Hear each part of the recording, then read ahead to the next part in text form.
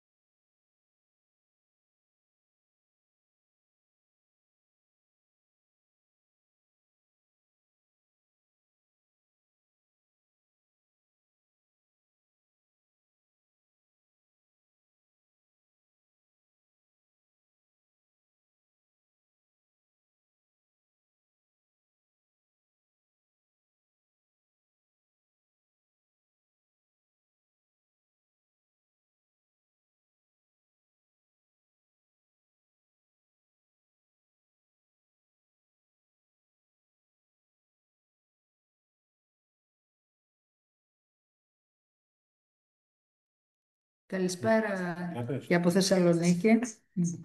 Και τι φαίνομαι εγώ. Καλησπέρα κυρία Γρηγοριάδου, τι κάνετε? Να περιμένουμε λίγο αν είναι. Ναι, Γεια σου βεβαίως. κύριε Αγγέλου. Ε, Γεια σου, Κωνσταντίν. Να περιμένουμε αν είναι 6 και 5, να περιμένουμε 4-5 λεπτάκια αν είναι και να ναι, ξεκινήσουμε, φυσικά. εντάξει.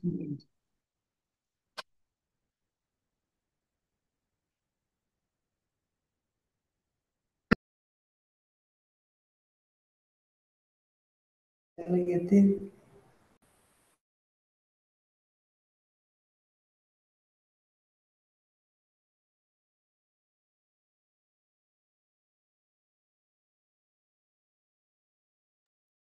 Κύριε Αγγέλου, ο φίλος σας πού είναι? Δεν τον βλέπω μέσα ακόμα. Είπε θα μπει να δει. Α, Τώρα από ποιες θα είναι, από υπηρεσίες, τεχνικές υπηρεσίες, τι θα είναι? ναι, εγώ έχω ενημερώσει. Ναι. Πολεοδομίες και πολεοδομίες. Δομίες, τεχνικές υπηρεσίες, εντάξει. Ιδιώτες δεν θα πούνε. Κοιτάξτε, το έχω στείλει σε όλους τώρα, σε όλους τους πολιτικούς μηχανικούς στο κομμάτι αυτό. Ωραία.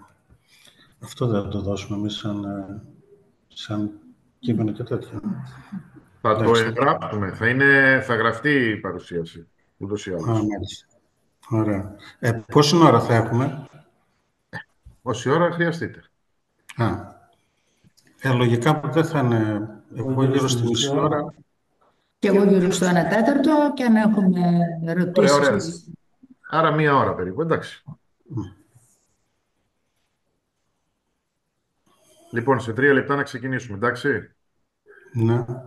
Ε, θα κάνεις εισαγωγή εσύ Ναι, προφανώς. ναι, ναι.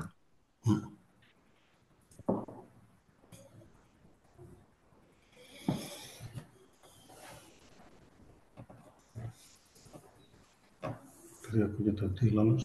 Το έσβασα. Τώρα δεν θα ακούγεται. Γιατί και εσύ μετά όταν θα μιλάω εγώ θα κάνεις το δικό σου. Ναι. Τότε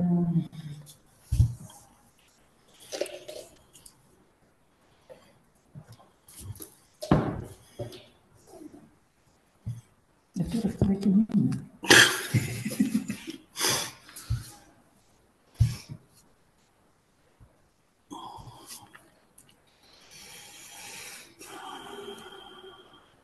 Και 5 άτομα λίγα.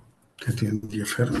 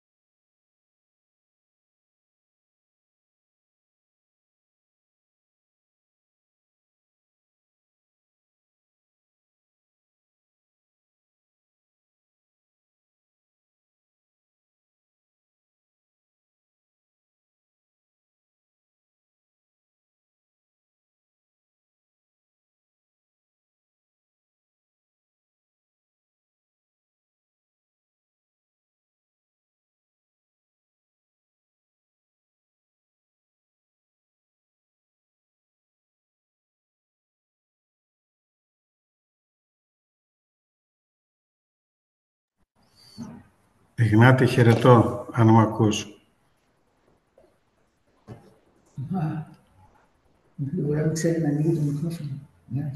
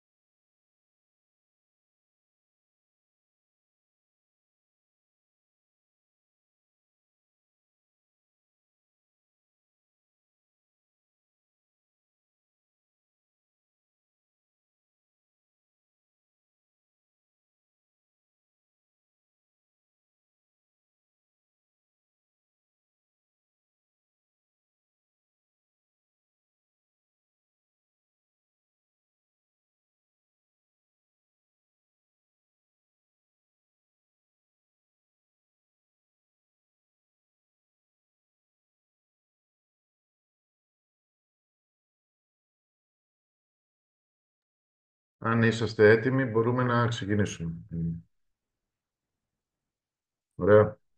Λοιπόν, συνάδελφοι, καλησπέρα. Εκ μέρους του Τεχνικού Επιμελητηρίου, της Δικής Επιτροπής Τεχνικού Επιμελητηρίου Βορειοανατολικού Αιγαίου, σας καλωσορίζουμε στη σημερινή μας διαδικτυακή επιμορφωτική εσπερίδα. Η σημερινή μας εκδήλωση πραγματοποιείται σε συνεργασία με τον Σύλλογο Μελετητών Κεντρικής Μακεδονίας, τον οποίο και ευχαριστούμε θερμά, καθώς και για τους εξαιρετικούς εισηγητές που θα μας παρουσιάσουν δύο ιδιαίτερα σημαντικές και επίκαιρες θεματικές ενότητες. Να πούμε εδώ ότι ως τεχνικό επιμελητήριο πιστεύουμε ότι η συνεχής επιμόρφωση και η ανταλλαγή τεχνικής γνώσης αποτελούν βασικά εργαλεία ενδυνάμωσης του ρόλου των μηχανικών. Και γι' αυτό σήμερα θα εμβαθύνουμε λίγο περισσότερο, κυρίως για τους δημοσίους υπαλλήλους, στα θέματα διαδικασιών ανάθεσης μελετών με την κυρία Γρηγοριάδου, που είναι και η πρόεδρος του Συλλόγου Μελετητών Κεντρικής Μακεδονίας, όσο και στην στατική προσέγγιση υφιστάμενων κτηρίων με τον κύριο Δημήτρη Αγγέλου, δύο κρίσιμα πεδία για την επαγγελματική πρακτική και ποιότητα του τεχνικού έργου του μηχανικού. Εγώ δεν έχω να πω κάποια άλλα θέματα. Σας ευχαριστούμε για τη συμμετοχή σας. Ευχαριστούμε που δεχτήκατε την πρόσκληση, κυρία Γρηγοριάδου, κύριε Αγγέλου.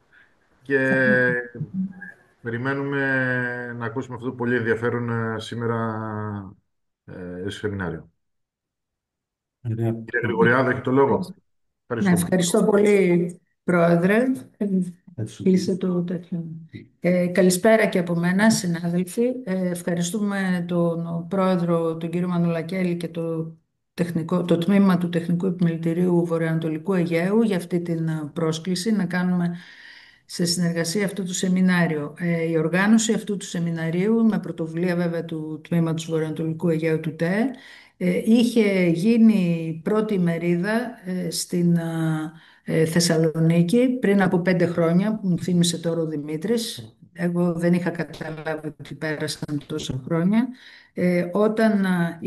Όταν είχε πρωτοαρχίσει να εφαρμόζεται ο νόμος 4412 και είχαν αρχίσει να ανατίθενται μελέτες στατικής επάρκειας και ενίσχυσης για κτίρια, υφιστάμενα κτίρια. Επειδή ο σύλλογος μας, ένα από τα πράγματα που κάνει, Σύλλογος Μελετών ΣΜΕΔΕΚΕΜ, Σύλλογος Μελετών Δημοσίων Έργων Κεντρικής Μακεδονίας, ένα από τα πράγματα που κάνει είναι να παρακολουθεί τις διακηρύξεις και τις διαδικασίες ανάθεσης αναθετουσών αρχών όλων των κατηγοριών φυσικά μελετών. Μία από αυτές είναι οι μελέτες στατικής επάρκειας.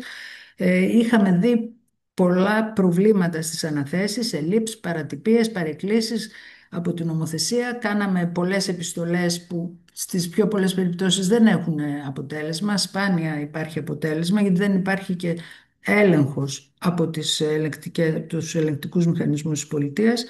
Τέλος πάντων, είχαμε αποφασίσει να κάνουμε αυτή την ημερίδα τότε για να βοηθηθούν κυρίως οι υπηρεσίες, αλλά και για να γίνονται σωστά οι διαδικασίες και να μην υπάρχουν θέματα στις υποψήφιους αναδόχους και αναδόχους μετά των μελετών αυτών. Απευθύνεται κυρίως το σεμινάριο σε συναδέλφους από αναθέτουσες αρχές. Θεωρούμε ότι ήδη ο νόμος λειτουργεί 5 χρόνια και επομένως θεωρούμε ότι υπάρχει μεγαλύτερη εμπειρία στους συναδέλφους. Παρ' όλα αυτά θα κάνουμε και το θέμα το βασικό της ουσίας που θα σας παρουσιάσει ο κύριος Αγγέλου Δημήτρης. Αυτό είναι το πιο σημαντικό, το τι πρέπει να ανατεθεί, και μετά θα ξεκινήσει ο Δημήτρης λοιπόν, και μετά θα συνεχίσω εγώ με τον τρόπο με τον οποίο, τις διαδικασίες με τις οποίες πρέπει να ακολουθήσουμε για να ανατεθούν οι μελέτες αυτές. Οπότε ξεκινάει ο Δημήτρης, Δημήτρη, και θα συνεχίσω εγώ.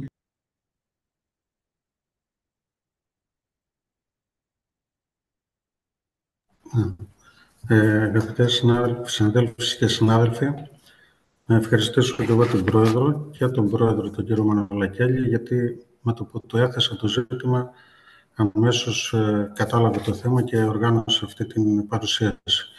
Το πρόβλημα που καλείται να λύσει αυτή η παρουσίαση είναι ότι με τις μελέτες στατικής επάρκειας υπαρχόντων κτηρίων δεν είναι μονοσήμαντο το θέμα όπως μια καινούργια στατική μελέτη. Υπάρχουν πάρα πολλοί παράγοντες. Πρέπει να κάνω share εδώ την οθόνη μου. Τι λέει εδώ, γιατί... Ναι. Τώρα, με βλέπουν ή όχι? Εσένα βλέπουν.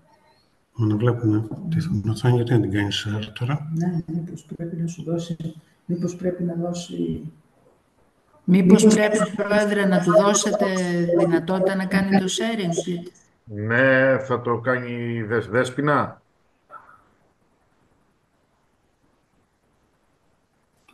Έγινε. Πού είναι τώρα? Share.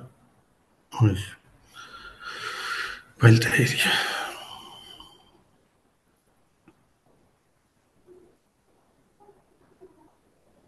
Τώρα. Όχι. Σίγουρα δεν μπορείτε εσείς να κάνετε το sharing. Κάνετε share, πάτε στο share και δεν μπορείτε. Πατάω και μου λέει disable attend screen sharing. Ορίστε. Γιατί μου λέει ότι δεν γίνεται. Δεν γίνεται. Disable λέει. Γιατί όμως? Να κάνουμε το βάλουμε από εδώ. Δεν ξέρω τι εγώ μπορώ να το κάνω. Μου λέει... Send request δεν σου λέει.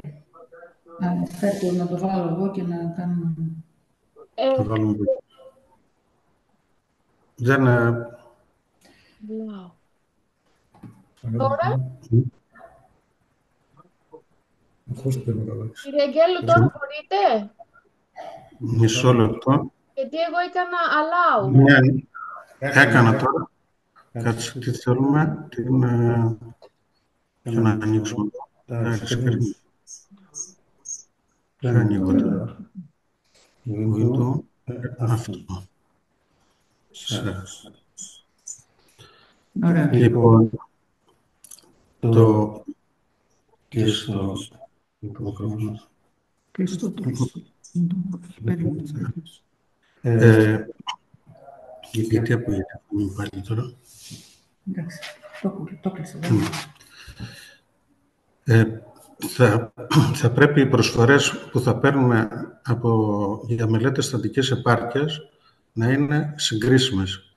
Υπάρχουν πάρα πολλές παράμετροι οι οποίοι επηρεάζουν τη μελέτη στατικής επάρκειας. Είναι όλοι αυτοί οι 6 παράγοντες εδώ πέρα, οι οποίοι, για να φανταστείτε, ο 6 παράγοντες έχει 3 υποπαράγοντες, ο 5 έχει 3 υποπαράγοντες, το 3 έχει 2, το 2 έχει 2. Αν έχετε την καλοσύνη λίγο πιο δυνατά. Πιο δυναμώσω κι άλλο. Τώρα καλύτερα. Καλύτερα. Ναι. Λοιπόν, άμα πολλαπλασιάσουμε όλες αυτές τις περιπτώσεις, βγαίνει ένα νούμερο περίπου 72 διαφορετικές μελέτες. Άρα θα πρέπει να ξεκαθαρίσουμε ποιους παράγοντες θέλουμε από όλους αυτούς, έτσι ώστε να καταλήξουμε σε ένα πράγμα το οποίο θα ζητάμε από το μελετητή. Έτσι ώστε στο τέλος οι προσφορές να είναι συγκρίσιμες και να ξέρουμε και τι θέλουμε. Λοιπόν, οι παράγοντες διακήρυξης είναι αυτές θα αναλύσουμε μία-μία. Τα περιεχόμενα είναι πρώτα το νομοθετικό πλαίσιο, μετά οι παράγοντες διακήρυξης και μετά μια πορεία της μελέτης. Τα εργαλεία τα οποία έχουμε για να ασχοληθούμε στατικά με ένα εφιστάμενο κτίριο είναι ο κανονισμός επεμβάσεων για κτίρια αποστηρόδομα, είναι αυτά τα FEC εδώ, και ο Ευρωκώδικας 8, παράρτημα 3, μέρος 3, ο Ευρωκώδικας 8 είναι ο αντισυσμικός γενικά, το μέρος 3 είναι για εφιστάμενα κτίρια και το παράρτημα Α είναι για κτίρια αποστηρόδομα. Το Β είναι για μεταλλικά και το Γ για τοιχοποιίες. Για κτίρια από τοιχοποιία έχουμε τον ΚΑΔΕΠ, που είναι ο κανονισμός αποτίμησης δομημάτων επεμβάσεων σε τοιχοποιία. Το ΦΕΚ είναι αυτό που βλέπετε εδώ πέρα και ο Ευρωκώδικας 8.3 το παράρτημα Γ. Αυτά είναι τα εργαλεία.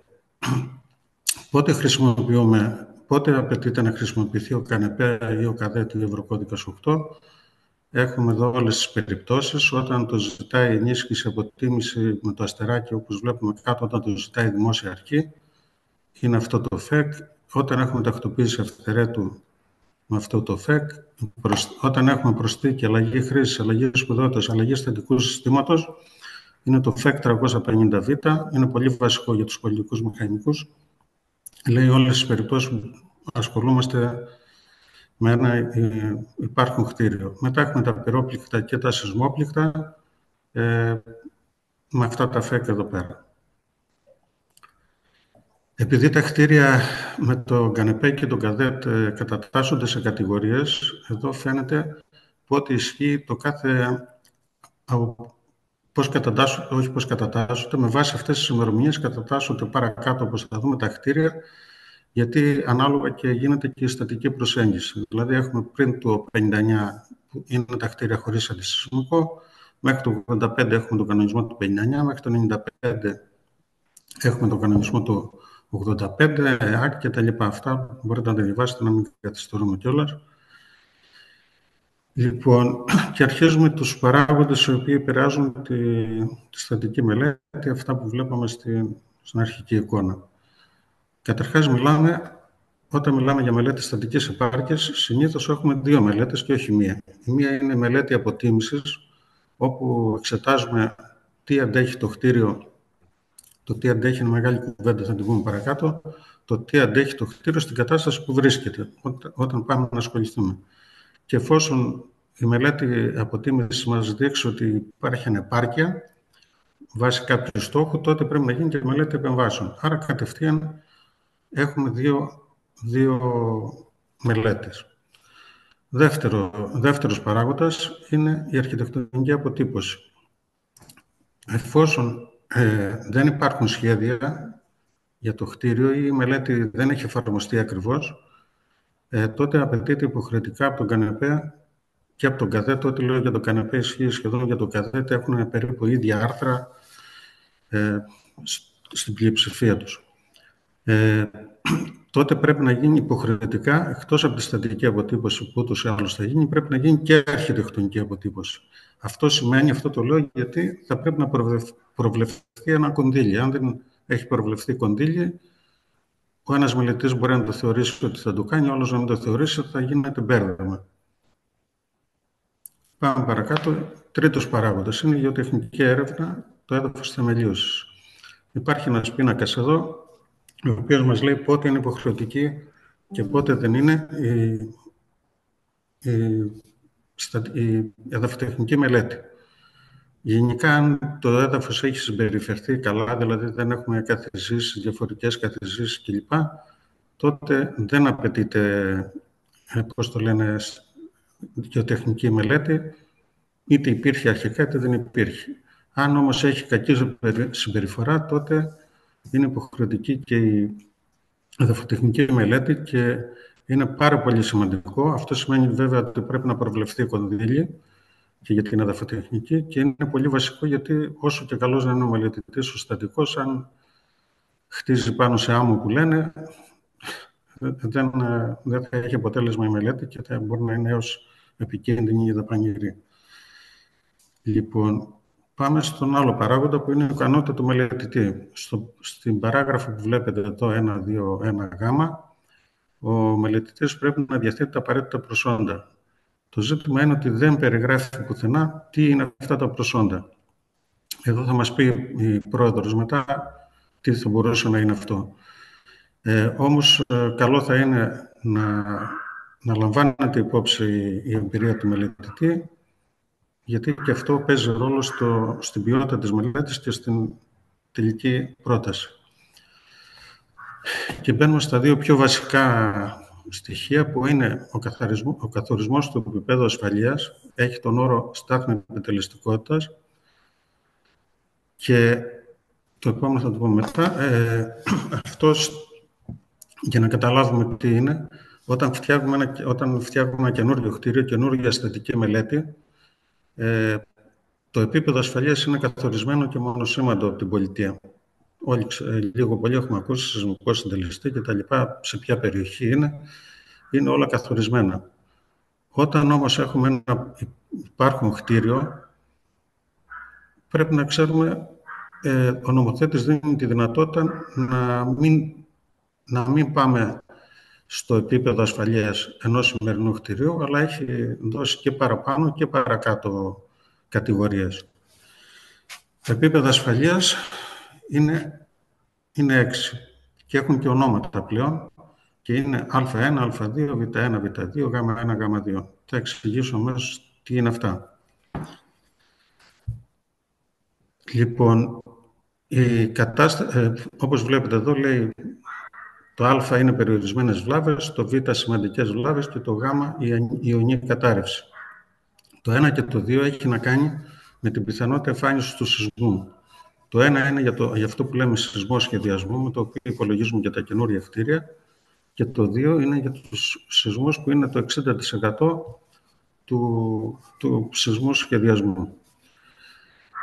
Το Α σημαίνει ότι το κτίριο δεν θα πάθει τίποτα μετά από αυτόν τον ισχυρό σεισμό ή τον δεύτερο ή τον κατώτερο σεισμό. Θα πάθει μόνο τριχοειδείς βλάβες, αλλά θα μπορεί να λειτουργεί άμεσα μετά το σεισμό.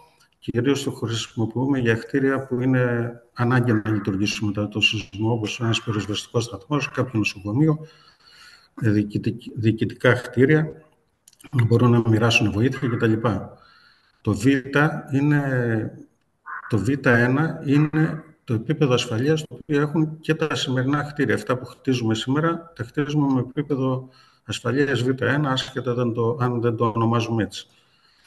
Και η ιονή κατάρρευση σημαίνει ότι το κτίριο θα βγει κόκκινο, σύμφωνα με αυτά που λέμε στα σεισμόπληκτα, θα βγει κόκκινο μεν, αλλά δεν θα δώσει χρόνο πριν καταρρεύσει, μπορεί να μην καταρρεύσει, αλλά να είναι ακατοίκητο, θα δώσει χρόνο για την εγκατάλειψή του.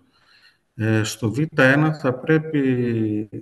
είναι τέτοια η ασφάλεια που δεν πρέπει να προέρχεται θάνατος από το φέροντα οργανισμό. Μπορεί βέβαια να προέρχεται από να πέσει μια κατσαρόλα που δεν την έχουμε βάλει καλά στα ντουλάπια πάνω, να μας πέσει καμιά βιβλιοθήκη που δεν την έχουμε στερεώσει, αλλά δεν θα συμβεί θάνατος από αστοχία φέροντος στοιχείου. Λοιπόν, εδώ πέρα τώρα είναι πάλι ο ίδιος ο πίνακας, αλλά από κάτω μας δίνει τους ελάχιστους στόχους που επιτρέπει η πολιτεία ανάλογα με τη σπουδαιότητα του κτηρίου. Η σπουδαιότητα είναι 1. Για σπουδαιότητα 1 επιτρέπεται το Γ2. Καταλαβαίνετε ότι για πολύ μικρούς σεισμούς, για μεσαίους σεισμούς, μπορεί να βγει κόκκινο το κτίριο. Χρησιμοποιείται μόνο για δευτερεύουσας σημασίας κτίρια, στέγαστρα, στάβλους και τέτοια.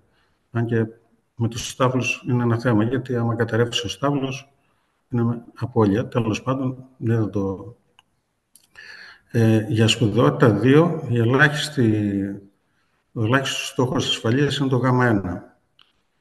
Για τα κτίρια 3, που είναι σπουδαιότητας 3, που είναι σχολεία, νοσοκομεία, δημόσια κτίρια, είναι Β1, δηλαδή πρέπει υποχρεωτικά να έρθει στο επίπεδο ασφαλείας στο σημερινό.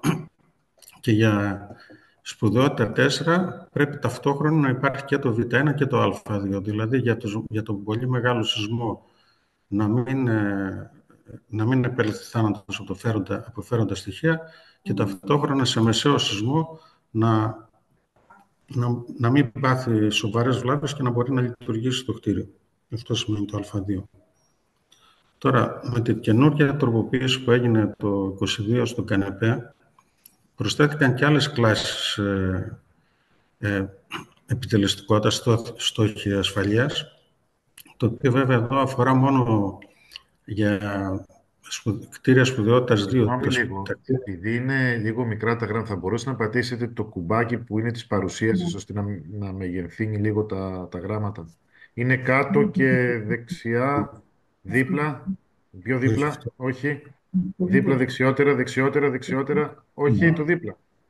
Ναι, ωραία, εντάξει. Λοιπόν, οι κλάσεις εδώ πέρα είναι με την ίδια λογική που λέγαμε και πριν, απλώς έχουν προσθεθεί και προς τα πάνω και προς τα κάτω. Αυτά αφορούν κυρίως κτίρια η μεσαία στήλη. Θα σας πω πολύ γρήγορα πώς δουλεύει, γιατί είναι λίγο μπερδευτικό. Κάθε κτίριο, ανάλογα του πότε έχει κατασκευαστεί, και γι' αυτό χρησιμεύει ο πίνακας που σας είχα δείξει παραπάνω, κατατάσσεται σε μία από αυτές τις κατηγορίες έτσι de facto. Ας πούμε, αυτό που θυμάμαι πριν το 1985, κατατάσσονται στην κατηγορία Β3. Άμα πάμε να ασχοληθούμε με αυτό το κτίριο, θα πρέπει να κάνουμε αποτίμηση και να δούμε, είναι Β3. Ωραία. Αν είναι Β3, μπορούμε με κάποιες επεμβάσεις μικρές, και η λογική αυτή είναι να μην ξεφεύγει το κόστος, να πάμε στο Β3 συν. Αν όμως αυτό το κτίριο, παρόλο που είναι το 85, είναι Β3 συν, θα πρέπει να το ανεβάσουμε πάλι μια κατηγορία, να το πάμε Β2. Δεν μπορεί δηλαδή να είναι κάτω από το στόχο του Γ1 που είναι εδώ πέρα, αν το κτίριο μπορεί να είναι καλύτερο από ό,τι είναι για την ηλικία του. Παρ' όλα αυτά πρέπει κάτι να κάνουμε για να το ανεβάσουμε στην γραμμή εδώ πάνω. Αυτά και εδώ πέρα. Εδώ είναι ο πίνακας σπουδαιότητας των κτηρίων. Τον ξέρετε αυτόν τον πίνακα γενικώς. Τον ξέρουμε. Είναι και μέσα στον κανεπέ και στον καδέτ και παντού. Τι ήθελα να σχολιάσω εδώ πέρα για την επιτελεστικότητα. Είναι πολύ βασικό,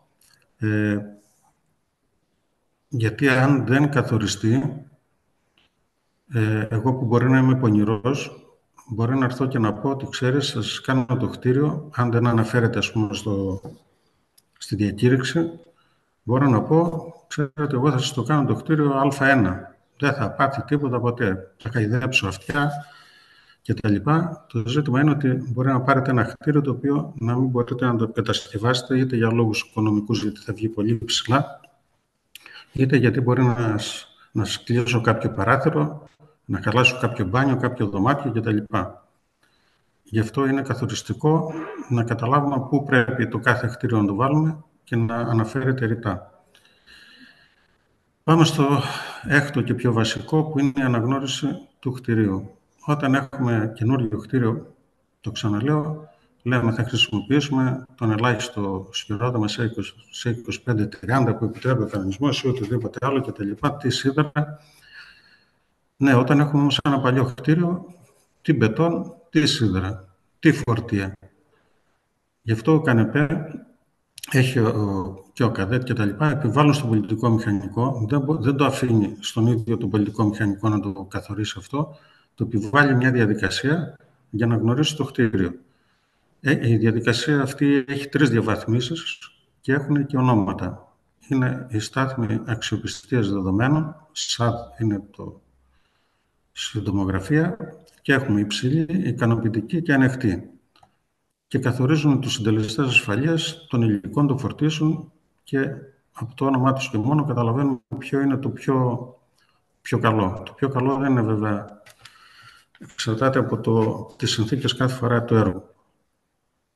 Λοιπόν, η στάθμη αξιοπιστίας δεδομένων αφορά τα εξής στοιχεία. Το είδος και τη γεωμετρία του φορέα της θεμελίωσης και της αναδομής. Τα πάχη, τα βάρη τυχοπληρώσεων, επιστρώσεων, επενδύσεων. Τη διάταξη και τις λεπτομέρειες της όπλησης. Τα υλικά.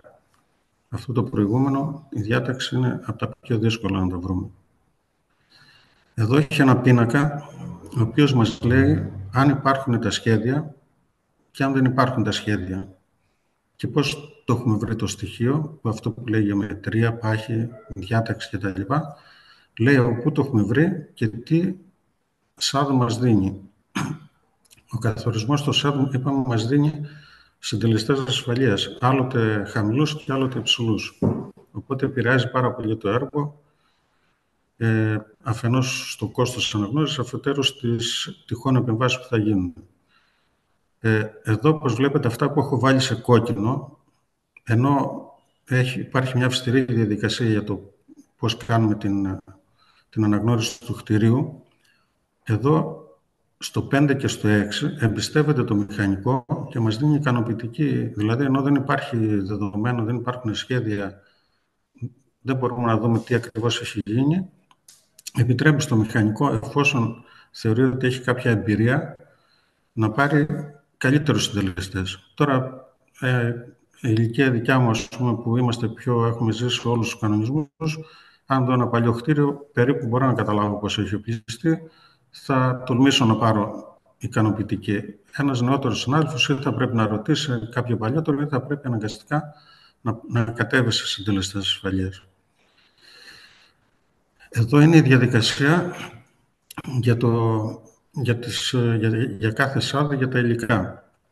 Για την υψηλή πρέπει να κάνουμε μη καταστροφικούς, μάλλον οπωσδήποτε κάθε 2 ορόφους πρέπει να παίρνουμε 3 καρότα και οπωσδήποτε στο ισόγειο, δηλαδή αν έχει πιλωτή, οπωσδήποτε στο ισόγειο.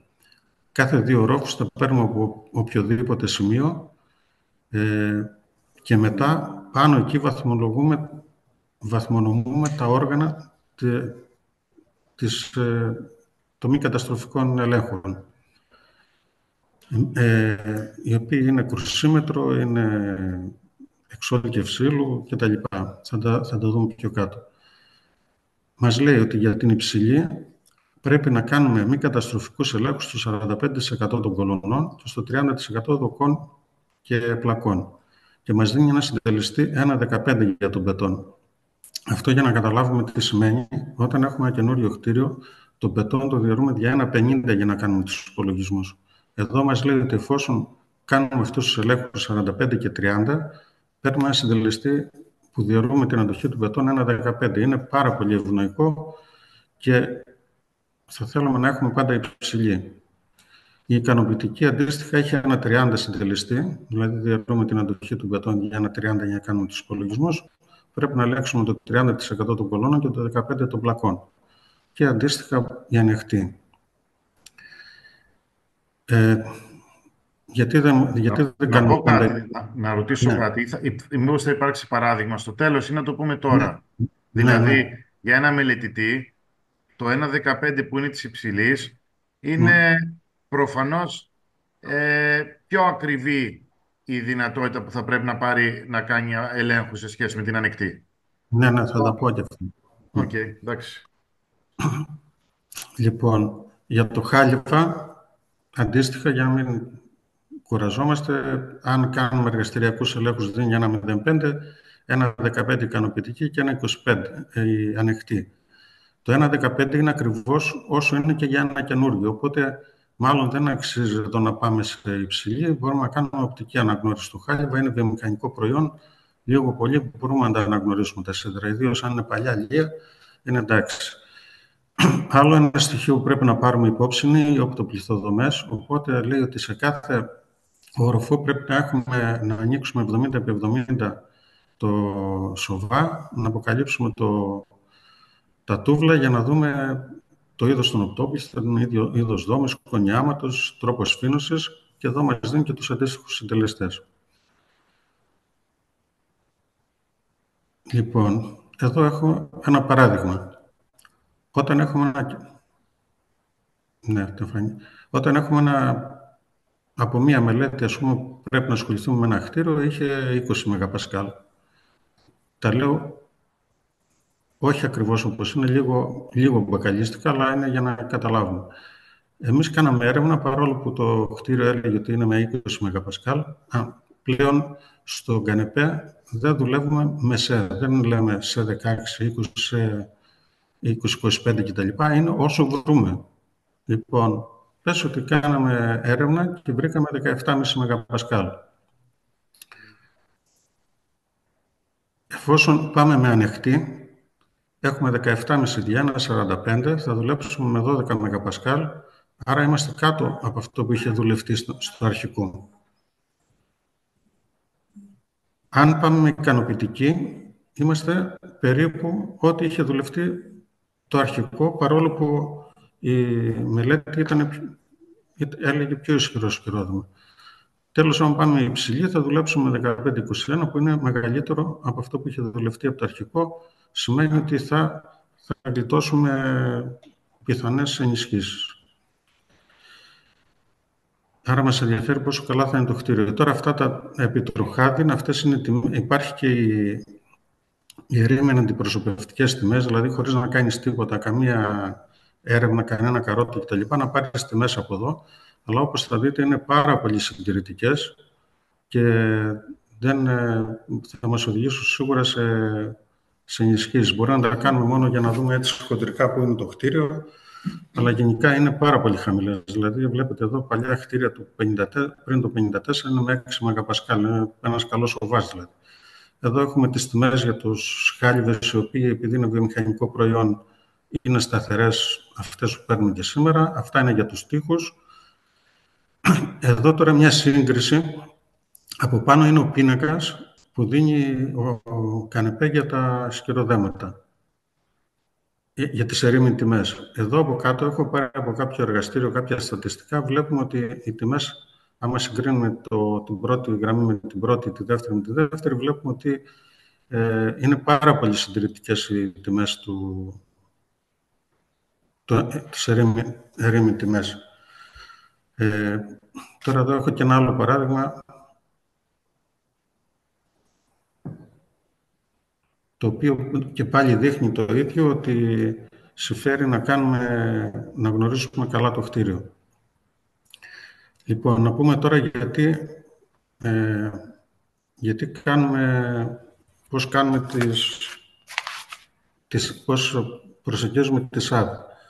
Η υψηλή ΣΑΔ μας δίνει το πλεονέκτημα των πολύ καλών συντελεστών ασφαλείας, όμως έχει μεγαλύτερο κόστος προκειμένου να το διενεργήσουμε, και δεύτερον, μπορεί να μην μπορείς να προσεγγίσεις το 45% των κολόνων σε ένα κτίριο. Και όταν λέμε προσέγγιση κολόνας ή δοκαριού, πρέπει να γίνουν στην κορυφή και στον πόδα. Δεν γίνεται μόνο σε ένα σημείο κρουσιμέτρηση, γίνεται και στην κεφαλή και στον πόδα. Με την ικανοποιητική ΣΑΔ έχουμε το πλεονέκτημα ότι συνήθως στο 99%, αυτό είναι δικιά μου εμπειρία, φτάνει να κάνουμε μόνο εξωτερικά σε ένα κτίριο. Δεν θα μπούμε μέσα. Δηλαδή, σε κολόνες που είναι στην περίμετρο του κτίριου, αρκούν για να προσεγγίσουμε να πάρουμε τις τιμές που θέλουμε. Για την ανοιχτή, εγώ δεν θα το συνιστούσα για δημόσιο έργο, γιατί έχει τα εξής προβλήματα. Πρώτον, έχει πολύ μεγάλους συντελεστές ασφαλείας που μπορεί να μας οδηγήσει σε μεγάλες ενισχύσεις.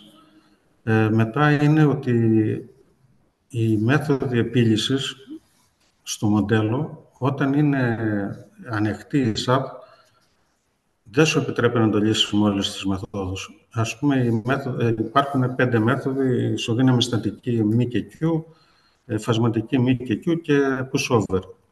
Η push-over, λέει ο προηγούμενος κανεπέ πριν την τελευταία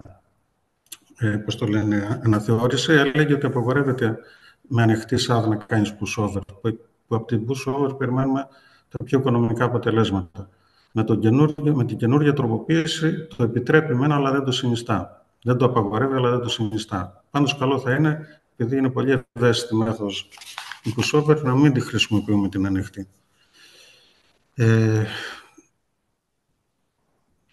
Τώρα, τι άλλο ήθελα να πω.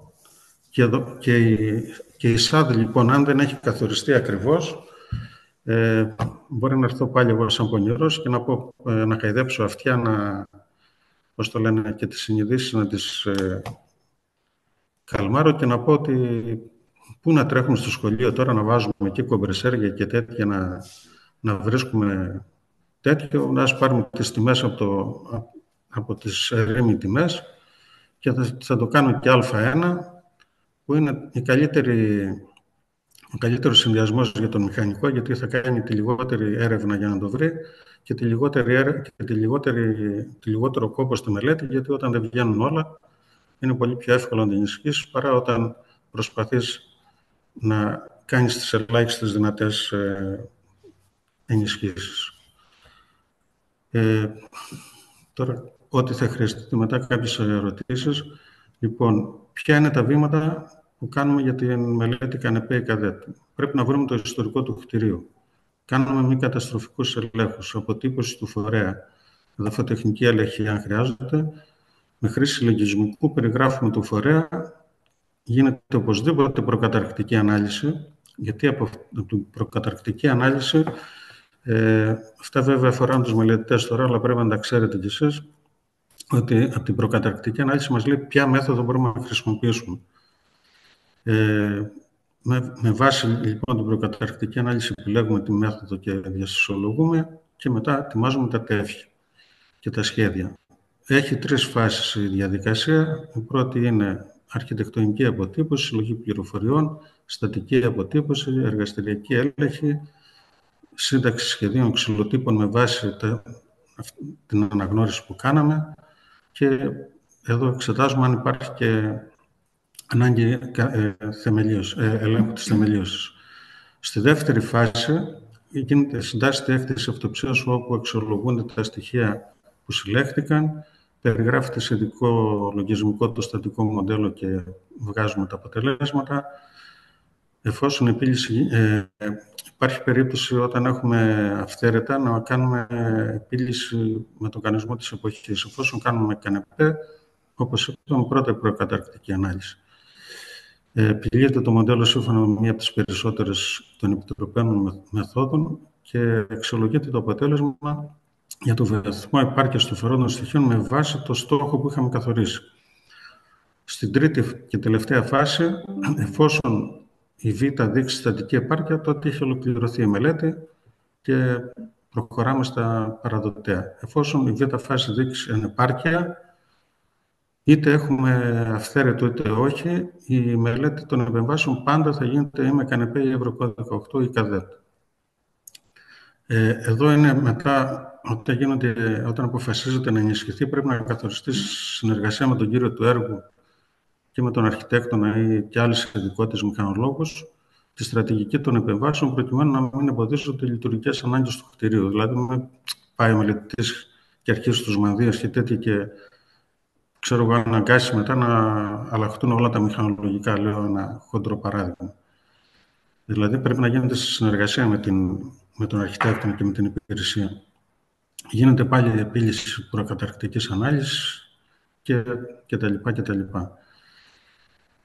Και έχουμε συνέχεια της τρίτης φάσης, φτιάχνουμε τεχνικές εκθέσεις, σχέδια κατόψεων, τεχνική περιγραφή εργασιών, προδιαγραφές. Και εδώ είναι τα δύο, και το πώς παρουσιάζουμε τη μελέτη τα λέει αναλυτικά ο ΚΑΔΕΤ και ο ΚΑΝΕΠΕ, τα ίδια ακριβώς λέει. Έχει 6 τεύχη που είναι στο κεφάλαιο 11 έως 11.6 και αυτό είναι για τη μελέτη αποτίμησης. Για τη μελέτη επεμβάσεων έχει πάλι άλλα 6 τεύχη, πάλι είναι το 10.2.1 έως 10.2.6.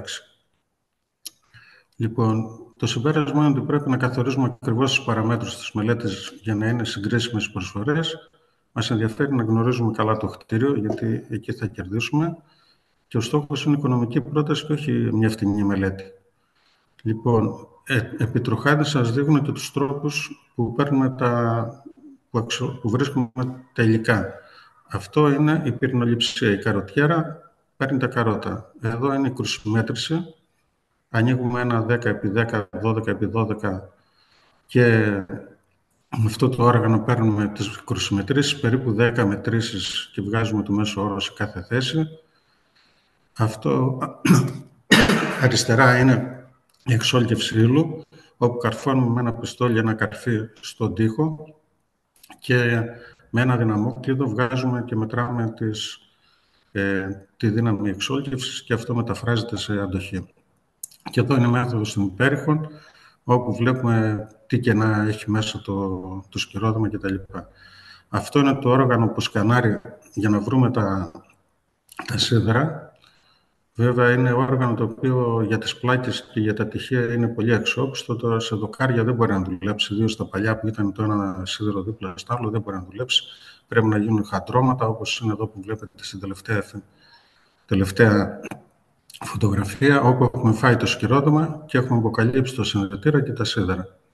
Και τα χαντρώματα είναι υποχρεωτικά σε συνδυασμό με τις άλλες μεθόδους. Εδώ έχουμε τη μέτρηση της ανανθράκωσης και της αλκαλικότητας. Με αυτό το έγχρωμο που βλέπετε μετράμε το pH και η ανανθράκωση είναι το τμήμα που δεν είναι απογιατισμένο μοβ. Και τέλος, αυτός είναι ο τρόπος που πρέπει να αποκαλύψουμε μια τοιχοποιία. Ευχαριστώ για την προσοχή σας. Ό,τι απορίες μετά την ομιλία, δεν ξέρω, θα μιλήσει ο πρόεδρος πρώτα και μετά να τις κάνουμε όλες μαζί τις ερωτήσεις. Ναι. Δεν ξέρω αν είναι πολλές ερωτήσεις. Πρόεδρε, τελείωσε. Ευχαριστούμε πολύ. Δεν ξέρω αν θέλει συνάδελφος να ρωτήσει κάτι τώρα ή να το δούμε στο τέλος. Εγώ θα ήθελα, αν και το αποδώσετε σωστά, απλά εκεί που λέει υψηλή, ανεκτή και Μμ, ικανοποιητική, το θέσατε, αλλά ας κάνουμε ένα παράδειγμα, δηλαδή ποιο είναι το κόστος που θα μπορούσε να πιάσει το ένα όταν είναι ανεκτή μμ. και ποιο είναι το κόστος που είναι υψηλή. Και γι' αυτό συνήθως, από ό,τι κατάλαβα, παίρνουμε τη μεσαία που είναι η ικανοποιητική. Ναι, Θα ήταν καλό για τους συναδέλφους, νομίζω, να γίνει ένα παράδειγμα, ώστε να μπορέσουν να το καταλάβουν και ποια είναι, δηλαδή πόσο περισσότερο στην ανεκτή θα πρέπει να ανέβει το κόστος σε σχέση με την υψηλή. Ας πάρει η κυρία Γρηγοριάδου το λόγο και αν είναι να κάνουμε ένα παράδειγμα, ας μμ. πούμε, νομίζω ώστε να μπορούν να καταλάβουν ποιες είναι ουσιαστικά οι δύο παράμετροι που θα πρέπει να δει εκείνος που φτιάχνει τη μελέτη. Εντάξει. Λοιπόν, ας μιλήσει. Ναι, να σε ξεκινήσω εγώ. Το Ναι, κλείσει κυρία και Γρηγοριάδου, έχει το λόγο. τώρα φαίνεται το δικό μου. Όχι, πρέπει να κάνω και εγώ το send.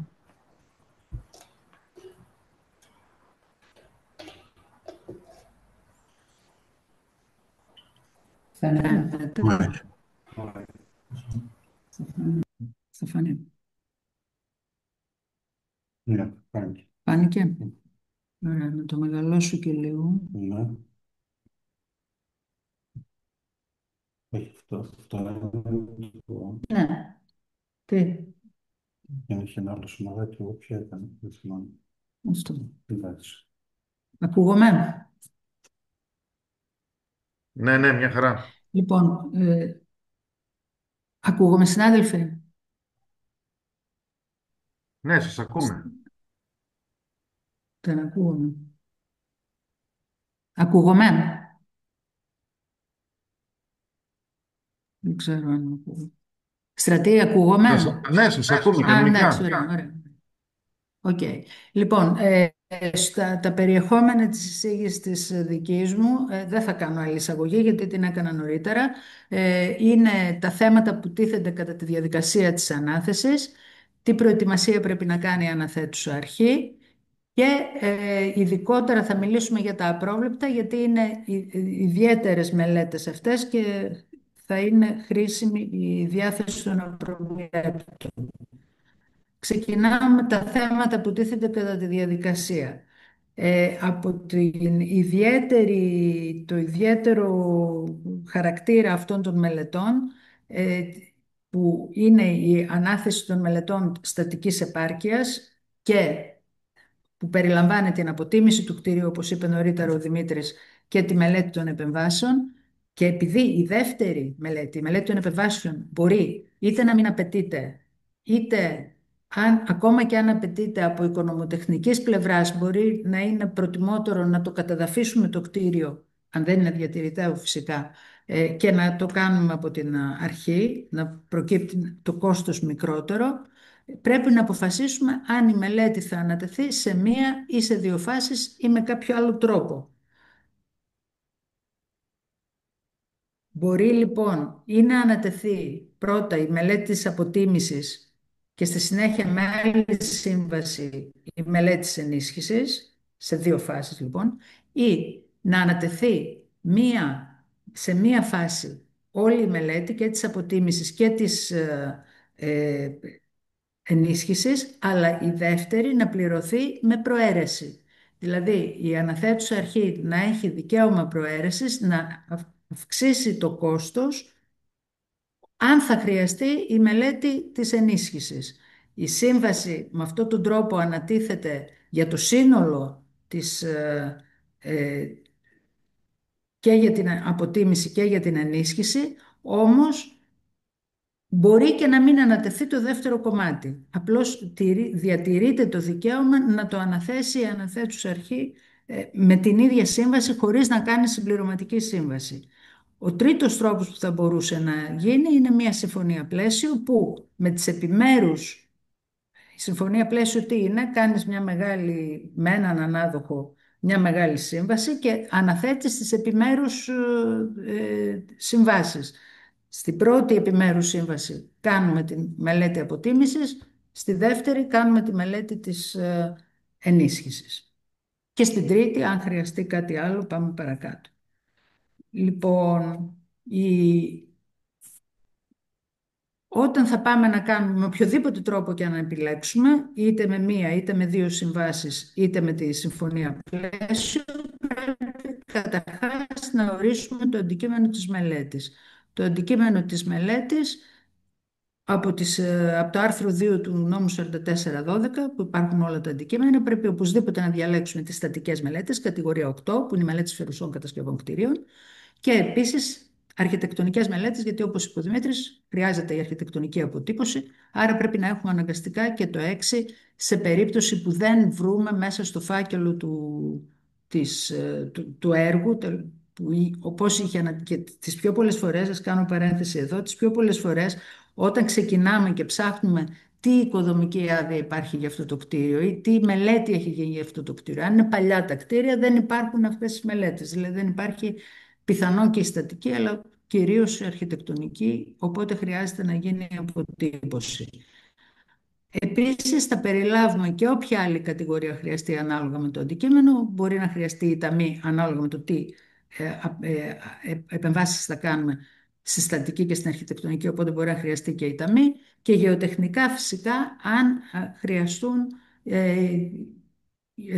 κάποιες έρευνες στο υπέδαφος στην πορεία. Τι πρέπει να κάνει λοιπόν η αναθέτουσα αρχή? Η προετοιμασία της αναθέτουσας αρχής περιλαμβάνεται στα άρθρα 26 μέχρι 32 του νόμου 4412.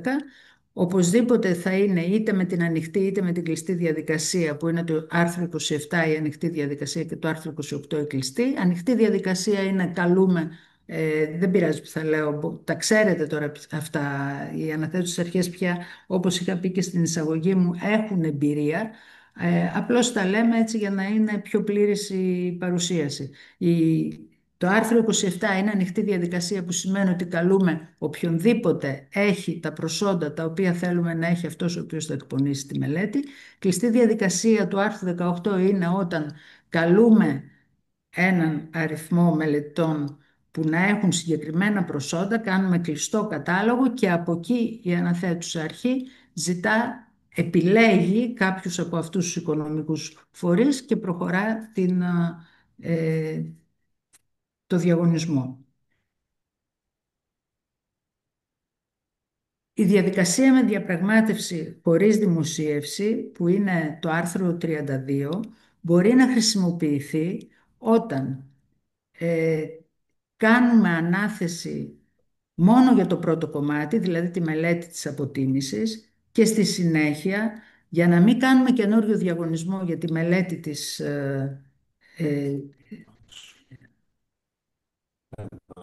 των επεμβάσεων, επειδή πολλές φορές μπορεί να προκύψει από τη μελέτη της αποτίμησης ότι είναι κατεπίγουσα ανάγκη να γίνει το επόμενο στάδιο, τότε μπορούμε να χρησιμοποιήσουμε το άρθρο 32, την παράγραφο 2 γάμα του άρθρου 32, που κάνουμε διαπραγμάτευση χωρίς δημοσίευση,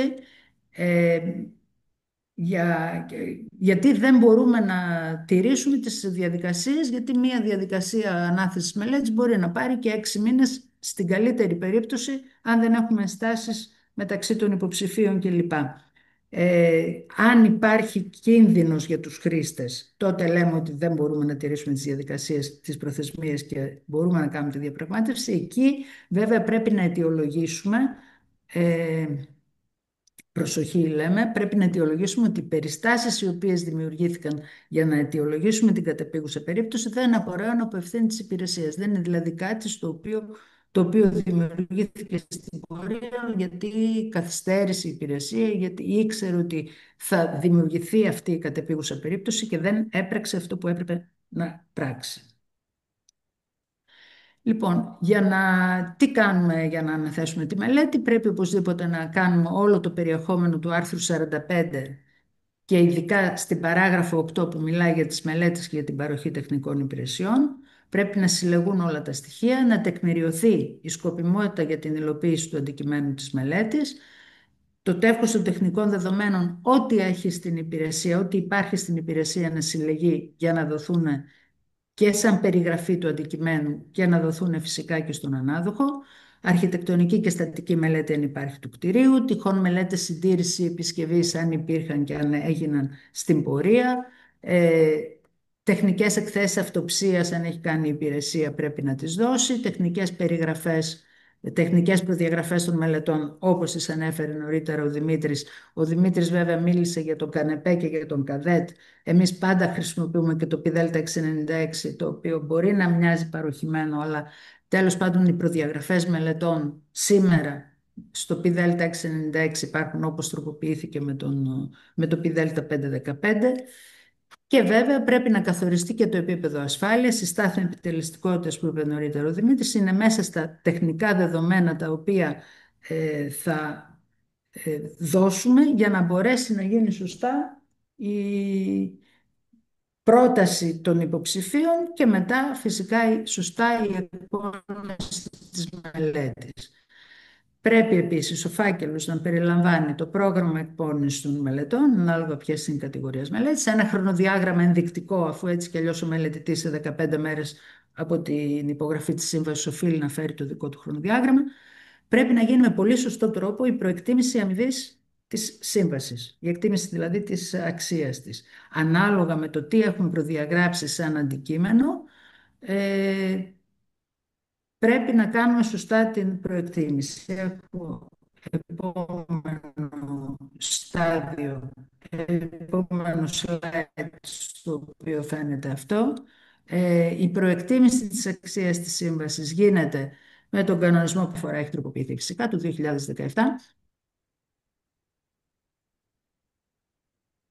Μου έβγαλε ότι είναι unstable το ίντερνετ, γι' αυτό σταμάτησα να μιλάω. ΦΕΚ 2519β, όπως ισχύει σήμερα. Από εκεί, ποια άρθρα θα χρησιμοποιήσουμε. Είναι αυτά που αναφέρονται εδώ παρακάτω.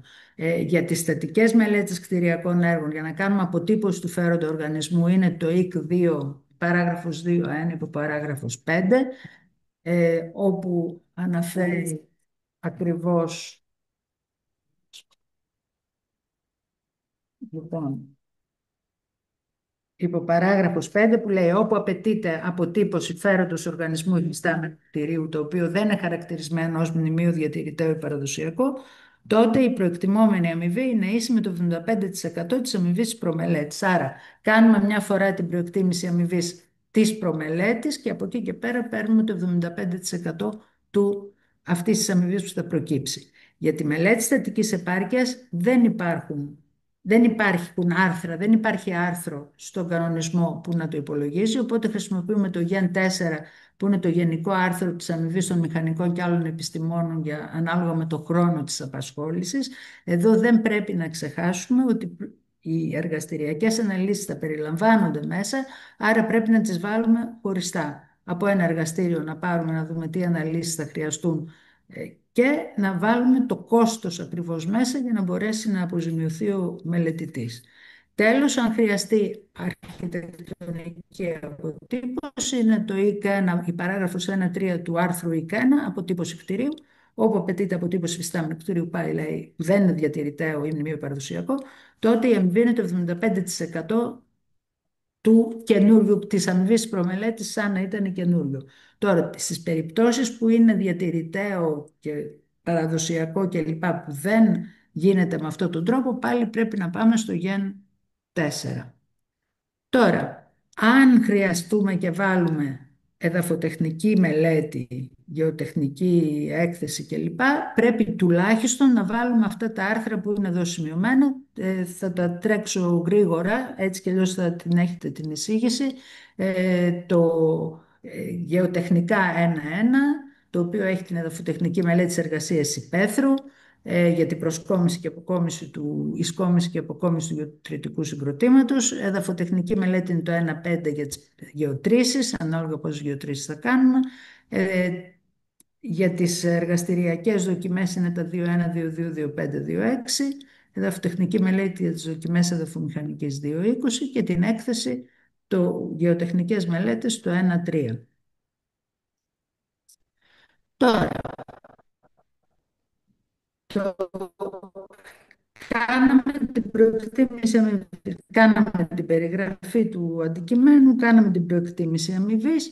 Όπως είπε νωρίτερα ο Δημήτρης, στον ΚΑΝΕΠΕ, στην παράγραφο 1.2.1 εδάφιο Γ, αναφέρει ότι η εφαρμογή του κανονισμού προϋποθέτει άτομα που διαθέτουν τις απαραίτητες εξειδικευμένες τεχνικές γνώσεις και σχετικά προσόντα, χωρίς να λέει ποια είναι αυτά. Άρα αυτά, ανάλογα με το κτίριο, η υπηρεσία θα πρέπει να επιλέξει. Εμείς έχουμε μια πρόταση σαν σύλλογος μελετών, επειδή έχουμε κάνει για όλες τις κατηγορίες μελετών και για διάφορα μεγέθη και διάφορα τις επιμέρους περιγραφές αντικειμένου, έχουμε ένα πίνακα και προτείνουμε στις υπηρεσίες τι πρέπει να επιλέξουν σαν κριτήριο επιλογής. Τα κριτήρια επιλογής, θυμίζω, είναι αυτά τα οποία είναι τα on-off που λέμε, δηλαδή αυτό το οποίο πρέπει να διαθέτει ο υποψήφιος ανάδοχος για να συμμετάσχει στο διαγωνισμό.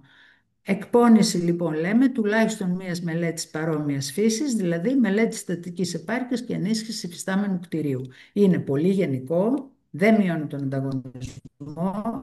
Εδώ τα κριτήρια επιλογής είναι ένας από τους παράγοντες τους οποίους χρησιμοποιούν συνήθως αναθέτουσες αρχές για να, αυτό που λέμε εμείς, φωτογραφίζουν, δεν πειράζει, θα το πω, σε ποιον θα δώσουν την δουλειά. Αυτό γίνεται συχνά. Εμείς σαν Σύλλογος Μελετών προσπαθούμε να πούμε στις αναθέτουσες αρχές ότι δεν πρέπει να το κάνουν. Δεν πρέπει να το κάνουν γιατί αυξάνοντας τον ανταγωνισμό, ανοίγοντας δηλαδή το πεδίο στο να δουν ποιος θα έρθει να πάρει τη δουλειά, θα αυξάνουν και τις πιθανότητες να πάρουν καλύτερη μελέτη. Και φυσικά, για να μην πω ότι δεν επιτρέπεται ούτε από την εθνική ούτε από την ευρωπαϊκή νομοθεσία το να μειώνει τον ανταγωνισμό και να κατευθύνει στην ανάθεση σε συγκεκριμένους οικονομικούς φορείς. Πάμε παρακάτω. Κριτήρια ανάθεσης, που είναι τα δεύτερα κριτήρια, είναι με αξιολόγηση τεχνικής και οικονομικής προσφοράς. Καλό είναι μόνο την τιμή να μην τη χρησιμοποιούμε, να αποφεύγεται, γιατί να έρθουν οι υποψήφοι ανάδοχοι και να κάνουν προσφορά τεχνικής έκθεσης και μεθοδολογίας, και εδώ θα κάνω παρένθεση, αν δεν είναι φασόν, γιατί πολλές φορές χρησιμοποιούνται οι ίδιες και αντιγράφονται μεθοδολογίες και τεχνικές, κυρίως μεθοδολογίες, όχι τόσο τεχνικές εκθέσεις. Το να ζητούμε λοιπόν από έναν ανάδοχο μπορεί να μας γλιτώσει σαν αναθέτουσα αρχή και από κάποια προβλήματα. Δηλαδή, κάνοντας εμείς σαν αναθέτουσα αρχή, κάνοντας τον φάκελο, περιγράφοντας και βάζοντας ποια είναι τα θέματα τα οποία θέλουμε να επιληθούν, μπορεί κάτι να μας ξεφύγει και ένας έμπειρος οικονομικός φορέας, ένας έμπειρος μελετητής μπορεί να μας υποδείξει, γιατί αυτό γίνεται στην τεχνική έκθεση, έτσι, δεν υποδεικνύονται λύσεις, αλλά υποδεικνύονται θέματα τα οποία πρέπει να επιληθούν από τη μελέτη. Και αυτό είναι καλό, δεν είναι λάθος και πρέπει να το επιδιώκει μια σωστή αναθέτουσα αρχή αυτό το πράγμα. Άρα καλό είναι να αποφεύγουμε μόνο την τιμή και να βάζουμε τεχνική και οικονομική αξιολόγηση. Τώρα, θα πω κάτι για τη διάθεση των απροβλέπτων. Η διάθεση τα απρόβλεπτα καταρχάς μπήκαν με τον νόμο 4412, δεν υπήρχαν παλιά στον 3316 στον 716. Όπως υπάρχουν στα έργα, είναι κάτι πολύ χρήσιμο, ειδικά για αυτές τις μελέτες τώρα για τις οποίες συζητάμε, δηλαδή τη μελέτη της στατικής επάρκειας και των ενισχύσεων, επειδή δεν ξέρεις από την αρχή τόσο καλά το αντικείμενο το οποίο θα έχεις στην πορεία. Μπορεί να σου προκύψουν πράγματα απρόβλεπτα πραγματικά. Τα απρόβλεπτα είναι πράγματα τα οποία, αντικείμενα της μελέτης, τα οποία δεν μπορούσε να τα προβλέψει μια επιμελής αναθέτουσα αρχή, γιατί δεν μπορεί να γνωρίζει αυτά που θα προκύψουν από τη γεωτεχνική έρευνα, αυτά που θα προκύψουν από τα δοκίμια και από τους εργαστηριακούς ελέγχους που θα γίνουν κατά τη διάρκεια της μελέτης. Τα απρόβλεπτα λοιπόν Επίσης, μπορούν να χρησιμοποιηθούν, όπως λέει το άρθρο 186 παράγραφος 4, σε εφαρμογή νέων κανονισμών που καθιερώθηκαν κατά την ανάθεση, αλλά το κυριότερο είναι οι απρόβλεπτες περιστάσεις που και τα χρειαζόμαστε για τη διασφάλιση της λειτουργικότητας και αρτιότητας του έργου. Εδώ λοιπόν μπορούμε να τα ξοδέψουμε και θα τα ξοδέψουμε. Πώς? Και για αν χρειαστεί στην πορεία γεωτεχνική έρευνα ή αν χρειαστούν κάποιες άλλες περισσότερες δοκιμές,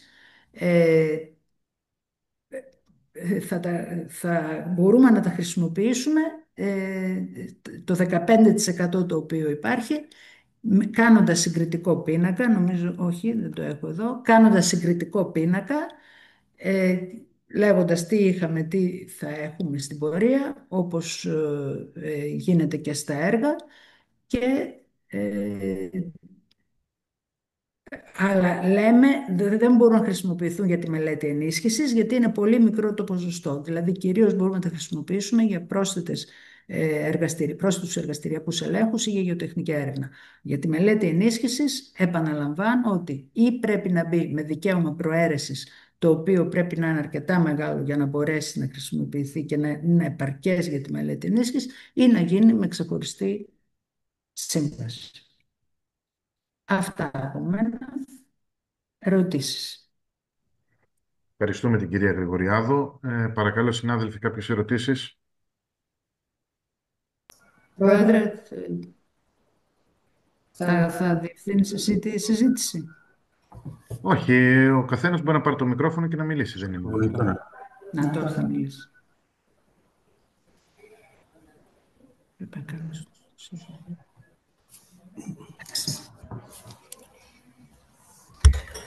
Να ρωτήσω εγώ. Ναι. Είμαστε πολλοί συνάδελφοι εδώ μαζεμένοι. Με ακούτε? Ναι, Μαρία, σε ακούμε. Απλά κάποια μικρόφωνα είναι ανοιχτά και ακούγεται αντίλαλος. Τώρα που το κλείσαμε το άλλο. Ναι, μια χαρά. Okay. Είμαστε μαζεμένοι εδώ διάφοροι. Ποιο είναι το όριο της προαίρεσης που μπορεί να μπει σε μελέτη? Δεν υπάρχει όριο. Δεν υπάρχει όριο, δεν λέει πουθενά στην νομοθεσία ότι είναι όριο. Συνήθως αυτό που κάνει κανείς προσπαθεί να φανταστεί πόσο περίπου θα είναι σε μια προεκτίμηση της αμοιβής. Λες 50% της συμβατικής αμοιβής ή 100% ή 80% ή 20%. Το βάζεις σαν ποσοστό της συμβατικής αμοιβής. Και αυτό υπογράφεται στη σύμβαση, έτσι, αυτό είναι που πρέπει να καταλάβουμε. Απλώς στην πορεία λες, παίρνω μια απόφαση για χρησιμοποίηση του δικαιώματος προαίρεσης, για άσκηση του δικαιώματος προαίρεσης. Και από τη στιγμή που το έχεις μέσα στο διαγωνισμό, ό,τι κάνεις, δηλαδή αν η μελέτη σου χωρίς το δικαίωμα προαίρεσης δεν ήταν στο όριο της οδηγίας του άρθρου 5, έτσι, και με το δικαίωμα προαίρεσης είναι στο όριο της οδηγίας, πρέπει να κάνεις διεθνή διαγωνισμό. Δηλαδή, η σύμβαση θα χειρίζεται κανείς και θα διαχειρίζεται τη σύμβαση σαν να είναι μαζί με το δικαίωμα προαίρεσης, το μεγάλο ποσό. Ναι, οκ, αυτό. Εσείς ποιο σύστημα θα προτείνατε σε μια περίπτωση που έχουμε ένα υφιστάμενο κτίριο και δεν ξέρουμε και πολλά γι' αυτό? Άλλη ερώτηση? Ναι, με ακούσατε? Δεν σας ακούσαμε. Ακούγομαι? Εσύ, Μαρία, ναι, δεν άκουσα την κυρία Γρηγοριάδου, τι είπε.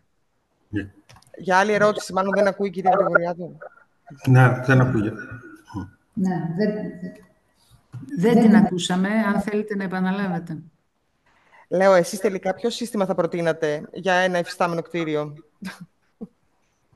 Από όλα αυτά, με συμφωνία πλαίσιο μου φαίνεται πολύ βαρύ. Κύριε Αγγέλο, εσείς κλείστε είναι το μικρόφωνο, γιατί γίνεται και σε εσάς αντίλαλος. Το έχω κλείσει. Το κλείνουμε και μετά δεν ακούμε τι λέτε εσείς, κατάλαβες, αυτό είναι το πρόβλημα. Λοιπόν, τώρα το έχω εγώ ανοιχτό. Ποιο θα διάλεγα? Για να πω τώρα την αλήθεια, δεν θέλω να απαντήσω με ένα με μία έτσι απάντηση, πώς να το πω, οριστική και μονοσήμαντη, ναι, εξαρτάται από την περίπτωση. Πόσο καλά ξέρω το κτίριο, πόσο πολλά στοιχεία έχω ή λίγα στοιχεία έχω. Εξαρτάται δηλαδή κάθε φορά τι θα κρίνω ότι θα είναι το καλύτερο. Η προαίρεση πάντως σαν εργαλείο είναι πάρα πολύ καλό. Το έχω χρησιμοποιήσει πολλές φορές, επειδή συνεργάζομαι με αναθέτουσες αρχές, το έχουμε χρησιμοποιήσει πολλές φορές. Πρέπει να διαλέξεις ένα ποσό το οποίο να σε καλύψει και πρέπει πολύ καλά να περιγράψεις πότε θα χρειαστείς αυτό το ποσό. Δηλαδή να μην είναι ασαφής ο λόγος για τον οποίο το εντάσσεις μέσα στη σύμβαση και να είναι τόσο καλά περιγεγραμμένο που να πεις ότι θα το χρησιμοποιήσω τώρα, να μην φανεί ότι αλλάζεις αντικείμενο, έτσι. Να μην φανεί ότι είναι αλλαγή αντικειμένου. Να το έχεις από την αρχή προδιαγράψει πάρα πολύ σωστά. Είναι πάρα πολύ καλό εργαλείο η προαίρεση. Και γιατί δεν χρειάζεσαι μετά πολλές διαδικασίες για να το υλοποιήσεις. Δεν χρειάζεσαι συμπληρωματική σύμβαση. Αυτό είναι που να πρέπει να την τεκμηριώσεις. Το λες από την αρχή. Λες, εγώ κατά πάσα πιθανότητα θα χρειαστώ να κάνω και αυτό το πράγμα. Γι' αυτό θα βάλω και αυτό το ποσό, το οποίο θα το χρησιμοποιήσω εκεί και εκεί. Και όταν έρθει η ώρα, πας στην αναθέτουσα αρχή, τι είναι Δημοτικό Συμβούλιο, ξέρω εγώ, Δημοτική Επιτροπή ή Περιφερειακό Συμβούλιο, τι είναι, και λες, εισηγούμε να ασκήσετε αυτό το δικαίωμα το οποίο το έχετε κρατήσει από τη διακήρυξη.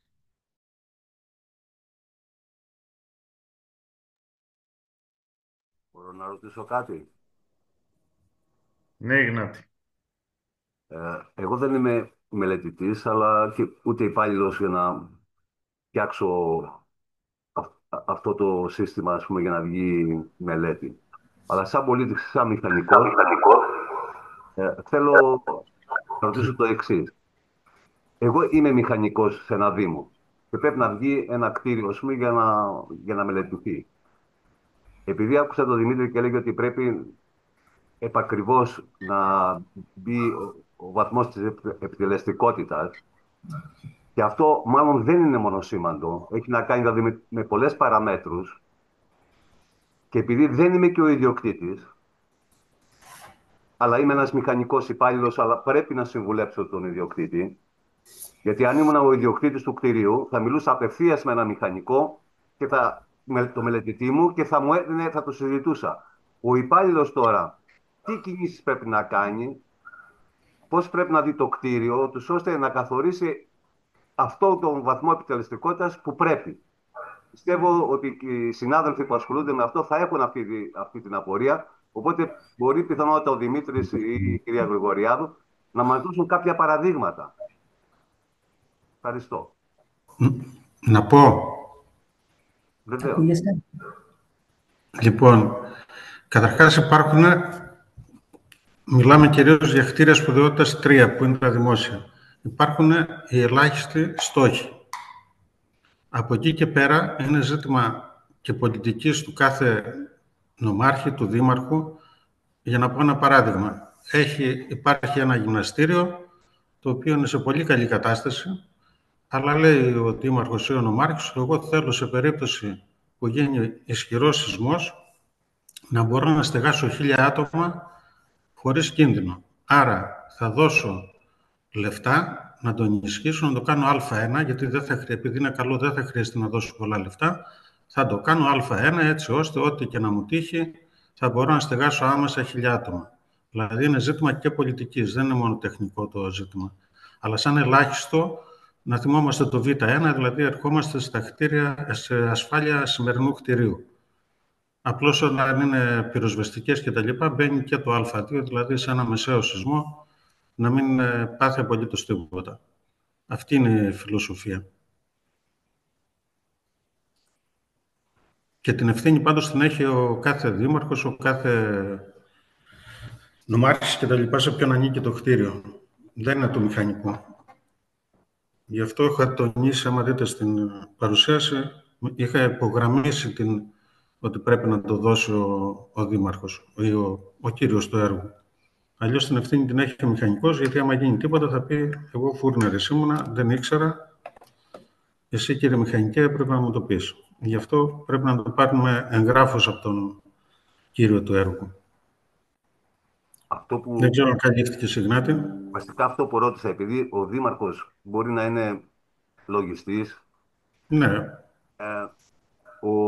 αυτός που θα κάνει τη διακήρυξη, με κάποιες άλλες τεχνικές υπηρεσίες πρέπει να δει, ώστε να συμβουλεύσουν ότι πρέπει να πάμε μαζί με τον δήμαρχο, μαζί με τη Δημοτική Αρχή, οποιοδήποτε είναι, ότι πρέπει να επιλέξουμε να πάμε εκεί, αυτό το κτίριο. Ναι. Το ελάχιστο θα το καλύψει ούτως ή άλλως. Από εκεί και πέρα το παραπάνω είναι το ζήτημα, αν θέλει να καλύψει παραπάνω. Αυτό το παραπάνω δηλαδή, ας πούμε, πώς μπορούν... Σου είπα, μια λογική είπα. Από εκεί και πέρα... Έγινε, ευχαριστώ. Κύριε Πρόεδρε, θα ήθελα να συμπληρώσω μερικά πράγματα ακόμη και μετά να γίνουν κάποιες ερωτήσεις. Δεν ξέρω, με άκουσε ο Πρόεδρος. Ο Πρόεδρος μοιάζει να έχει φύγει. Να πω δύο πράγματα ακόμη. Από τις υπηρεσίες, όσον αφορά την αναγνώριση του κτηρίου, επειδή έχω δει μερικές διακηρύξεις που περιγράφουν μέσα καρότα, κρουσιμετρήσεις κτλ. Να μην αναλωθούν οι υπηρεσίες στο να περιγράψουν αυτό το πράγμα, γιατί κάτι θα τους ξεφύγει. Θα γράψουν ΣΑΔ, ότι ετούμενο της μελέτης είναι ΣΑΔ, ανοιχτή, ικανοποιητική, υψηλή, ό,τι είναι, και αυτό φτάνει. Είναι πλήρως περιγραμμένα στον ΚΑΔΕΤ και στον ΚΑΝΕΠΕ το τι κάνουμε σε κάθε περίπτωση. Λοιπόν, ένα είναι αυτό. Το άλλο που ξέχασα να πω είναι ότι χρειάζεται και αποκάλυψη θεμελίων. Ένα τρίτο είναι η ανάθεση των εργαστηριακών θα πρέπει να γίνεται μέσα από τη μελέτη, γιατί υπάρχει περίπτωση να γίνει και ξεχωριστό έργο, αλλά υπάρχει εξής δυσκολία. Μπορεί ένα έργο να είναι στη Μυτιλήνη, ο ανάδοχος μελετητής να είναι στη Θεσσαλονίκη και το εργαστήριο να είναι την Πάτρα, ας πούμε. Θα υπάρχει μια δυσκολία συνεννόησης μεταξύ μηχανικού και εργαστηρίου. Καλύτερα είναι ο ανάδοχος να βρίσκει το γραφείο που θα κάνει τους εργαστηριακούς ελέγχους, γιατί υπάρχει περίπτωση να χρειαστεί να κάνει κάτι παραπάνω. Αυτός που θα έχει πάρει ανεξάρτητα το έργο, δεν μπορώ να το ζητήσω να κάνει κάτι παραπάνω, θα μου πει εγώ για αυτά πληρώθηκα, αυτά έκανα. Ενώ όταν τον βρω εγώ σαν ανάδοχος αυτό που κάνει τα εργαστηριακά, θα κάνω άλλη συμφωνία μαζί του, ότι ξέρεις, άμα χρειαστεί να σκάψουμε κάτι παραπάνω, θα το κάνεις κτλ. Αυτό πρόταση είναι, δεν είναι επιβεβλημένο, αλλά είναι πιο ορθολογικό για να γίνει. Ένα τελευταίο, επειδή στην παρουσίαση έλεγα και Ευρωκώδικας 8, γιατί δεν χρησιμοποιούμε τον Ευρωκώδικα 8 και χρησιμοποιούμε τον ΚΑΔΕΤ και τον ΚΑΝΕΠΕ? Για τις τοιχοποίησεις ο Ευρωκώδικας 8 δουλεύει. Για τον ΚΑΝΕΠΕ, για τα κτίρια από μπετόν, είναι πολύ βαρύς στην αναγνώριση του κτίριου, γιατί θέλει για κάθε... Αν θυμάστε, εμείς θέλουμε ο ΚΑΝΕΠΕ 3 καρότα ανά 2 ορόφους και κρουσιμετρήσεις. Αυτός λέει, ο Ευρωκώδικας 8 λέει, θέλω σε κάθε όροφο, ανάλογα τη ΣΑΔ, θέλω 1, 2 ή 3 καρότα στην υψηλή, στην ικανοποιητική και στην ανοιχτή, 1, 2 ή 3 καρότα, ανάποδα μάλλον, σε κάθε στοιχείο, σε κάθε όροφο. Δηλαδή πρέπει να μπει στο σπίτι του καθενός, να πάρεις 3 καρότα από δοκάρια, 3 από πλάκες, 3 από κολόνες και αν έχει και τυχεία και 3 από τυχεία. Οπότε καταλαβαίνετε το κτίριο γίνεται σουρωτήρι, άρα σε καμία περίπτωση δεν βλέπω κανέναν να συμφέρει να κάνει τέτοια έρευνα. Παρόλο που για το μελετητή είναι λίγο πιο απλή η διαδικασία μελέτης, γιατί έχει μόνο ένα συντελεστή ασφαλείας. Όλα αυτά καταλήγει σε ένα συντελεστή ασφαλείας. Ενώ με τον ΚΑΝΕΠΕ και τον ΚΑΔΕΤ έχουμε ένα σωρό συντελεστές. Αυτό. Τώρα έκανε μια ερώτηση ο πρόεδρος προηγουμένως, με ποια λογική θα διαλέξουμε ΣΑΔ, στάθμη αξιοπιστίας δεδομένων. Εκ πείρας να σας πω ότι καλό θα είναι να ξεκινάμε με ικανοποιητική. Έχουμε το εξής καλό, ότι αν τα αποτελέσματα έχουν καλή σύγκληση, Δηλαδή τα καρότα, ας πούμε, και οι κρουσιμετρίες δεν απέχουν πολύ οι ακραίες τιμές από τη μέση τιμή, μπορούμε να ανέβουμε κατηγορία. Δηλαδή σε πάει κατευθείαν στην υψηλή, που είναι πάρα πολύ μεγάλο κέρδος για το κτίριο, γιατί μπορούμε να γλιτώσουμε ενισχύσεις. Τώρα, όσον αφορά τα κόστη μεταξύ ανοιχτής και υψηλής, είναι τέτοια τα οποία δεν είναι απαγορευτικά, γιατί να φανταστείτε ένα μανδύα να γλιτώσει είναι τουλάχιστον 2.000. Δεν είναι τόσο μεγάλη διαφορά από την ανοιχτή στην υψηλή, γιατί το βασικό έξοδο είναι τα καρότα, που ούτως ή άλλως 3 καρότα θα πάρει σε 1-2 ορόφους σε όλες τις περιπτώσεις. Άρα, συμβουλή ξεκινάμε με ικανοποιητική. Αν χρειαστεί για λίγο, ξέρω εγώ, γίνεται μελέτη και βλέπουμε ότι θέλουμε λίγο μπετόν παραπάνω, άντε να πληρώσουμε κάτι λίγα λεφτά για να κάνουμε παραπάνω έρευνα και να το πάμε σε υψηλή. Αυτή είναι πιο ορθολογική και οικονομική διαδικασία. Δεν ξέρω αν έγινε κατανοητό. Σε εμάς εδώ πέρα στο δικό μας το εργαστήριο, το κάθε καρότο στοιχίζει 20 ευρώ, 19 ευρώ, που δεν είναι απαγορευτικό για το μελέτη. Ναι. Αυτό δεν είναι τόσο μεγάλο το κόστος, γιατί είπατε προηγουμένως ότι ο μελετής δεν θα έρθει εδώ πέρα να μελετήσει το κτίριο, δεν θα πάρει πυρήνες από το κτίριο και επομένως για να κάνει τη ζωή του πιο εύκολη θα το γεμίσει, ας πούμε, μανδύας με μεγαλύτερο μετά κόστος. Ναι. Δεν είναι τόσο τραγικό το κόστος, ας πούμε, μιας... Ναι, το κόστος δεν είναι μόνο στο να πάρεις καρότο, είναι πώς θα συνδυάσεις, είναι μια μελέτη όλο αυτό, πώς θα συνδυάσεις όλα αυτά τα αποτελέσματα. Δηλαδή, παίρνεις το καρότο, πρέπει να κάνεις κρουσιμέτρηση στη θέση που θα πάρεις το καρότο για να βαθμονομήσεις το κρουσίμετρο. Για παράδειγμα, πάμε το καρότο και δείχνει 20 ΜΠa. Αυτό είναι μια αντικειμενική τιμή. Βαράς το κρουσίμετρο και σου δείχνει 25. Δεν είναι αντικειμενική το κρουσίμετρο. Άρα πρέπει να κάνεις μια προσαρμογή. Ό,τι τιμές πάρεις από το κρουσίμετρο να κατεβάσεις ή να ανεβάσεις ανάλογα την τιμή. Και πρέπει να γίνονται δύο έμεσες μέθοδοι. Ας πούμε, κρουσιμέτρηση και εξόλυβση φύλλου, γιατί είναι πιο σωστά τα αποτελέσματα. Και ιδίως άμα είναι χαμηλής ποιότητας μπετόν, είναι υποχρεωτικό αυτό.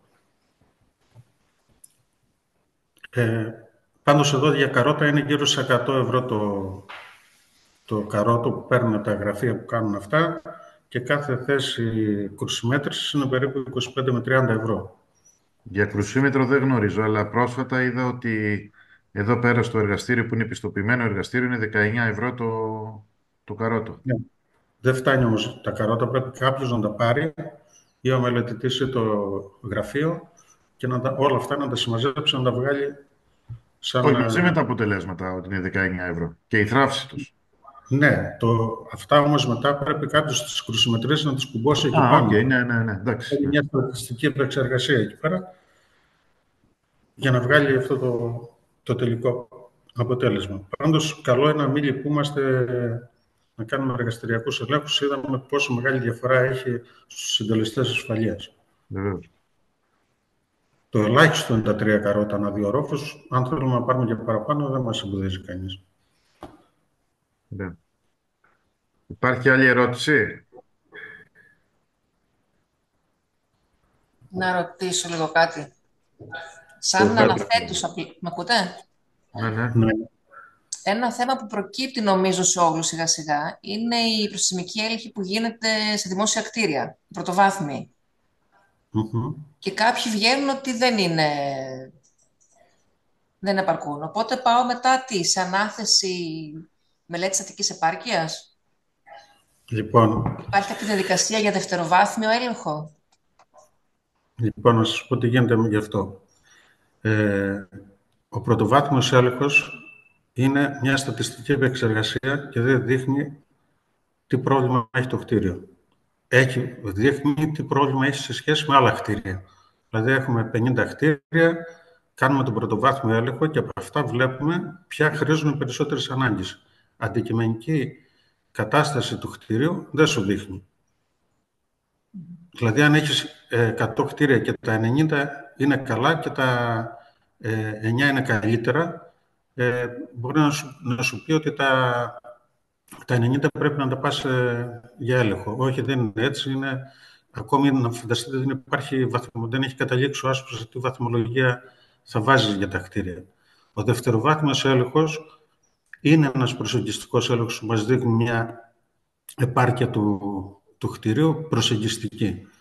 Η κανονική επάρκεια βγαίνει μόνο με μελέτη κανεπέ ή καδέτα, ανάλογα τι κτίριο είναι. Πάντως, μην πάμε σε οποιοδήποτε κτίριο και βλέπουμε έχει σκουριάσει ένα σίδερο, πάμε να κάνουμε κανεπέ. Υπάρχει μια μεθοδολογία, όταν το 12% των κολωνών δεν έχει υποστεί φθορά, κυρίως στο υπόγειο, στο ισόγειο, γιατί λέω στο υπόγειο, πάμε σε μελέτη επισκευής. Δεν χρειάζεται να κάνουμε κανεπέ και τέτοια. Γιατί με αυτή τη λογική όλη η Ελλάδα πρέπει να περάσει από κανεπέ, που σημαίνει το μαγαζί Ελλάδα έκλεισε. Δεν υπάρχει περίπτωση να φτιαχτούν όλα αυτά τα κτίρια. Το 65% των κτιρίων μας είναι γερασμένα κατά αυτή την έννοια. Δηλαδή είναι με τον οργανισμό του 85 και πριν. Δεν υπάρχει τέτοια διαδικασία. Λοιπόν, δεν ξέρω αν έγινα σαφής. Να θέλετε κάτι άλλο.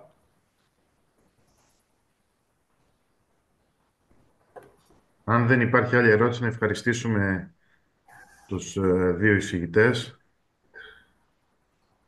Και εμείς ευχαριστούμε. Ευχαριστούμε και τους Πολυπρόεδρε. Θα σας στείλουμε τις εισηγήσεις για να τις ανεβάσετε, δεν ξέρω. Αν θέλετε, βέβαια το έχετε γραμμένο, αλλά καλό είναι. Ωραία. Σας ευχαριστούμε πολύ για τον χρόνο σας. Καλό σας βράδυ. Όχι, συναδέλφοι, κάπου εδώ καλό βράδυ. Να είστε καλά. Καλό βράδυ. Γεια σας.